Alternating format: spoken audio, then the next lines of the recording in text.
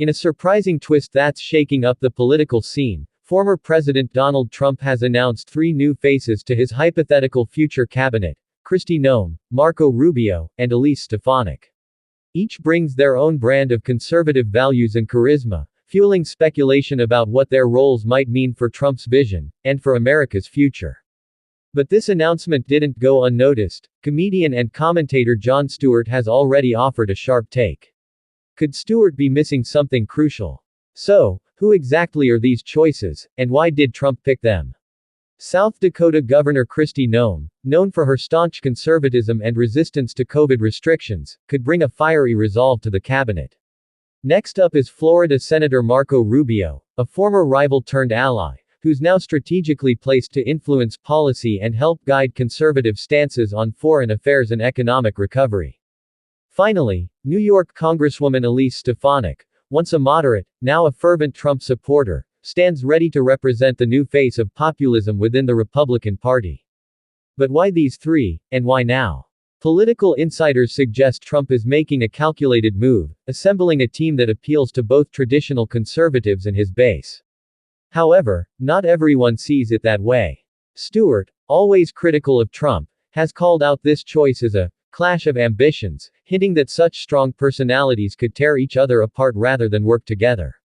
But could Stewart's take be missing the real story here? The news quickly sparked a wave of intrigue and gossip across the political landscape. Social media lit up with questions, speculations, and theories, especially as people started to weigh in on how Noem, Rubio, and Stefanik could alter the course of a future Trump administration. But in the midst of all the noise, Jon Stewart delivered his take, questioning not only Trump's choices but the motives behind them. He argued that these figures aren't as unified as they seem on paper. According to Stewart, it's only a matter of time before these alliances crumble, leaving Trump with a fragmented team. Yet, what if Stewart is off the mark? Could there be a different reason Trump chose this combination?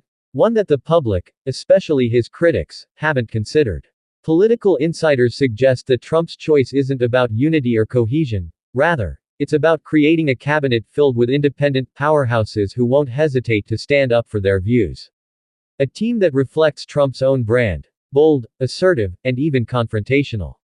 While some may view these figures as unlikely allies, Trump seems to believe that a clash of ideas is precisely what's needed to keep America on its toes.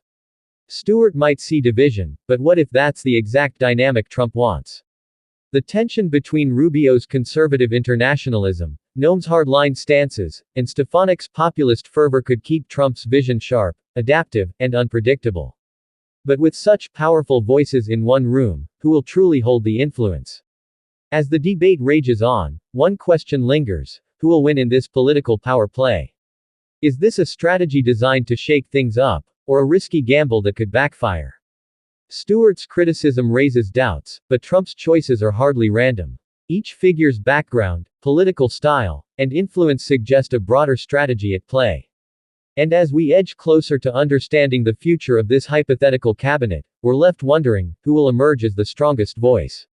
Whether Stewart's assessment of the new lineup is right or not, one thing's clear: Trump's choice has set the stage for one of the most complex political dramas of our time. With Noem, Rubio, and Stefanik, Trump has brought together a team whose ambitions, ideologies, and political instincts may just reshape the landscape. And as the pieces move, so do the stakes, leaving us all with one burning question: is this the beginning of a new era of conservative politics, or will the team's internal tensions prove too much? Stewart may have drawn his conclusions, but for now, the suspense remains, along with the possibility that this cabinet could make history in ways no one saw coming.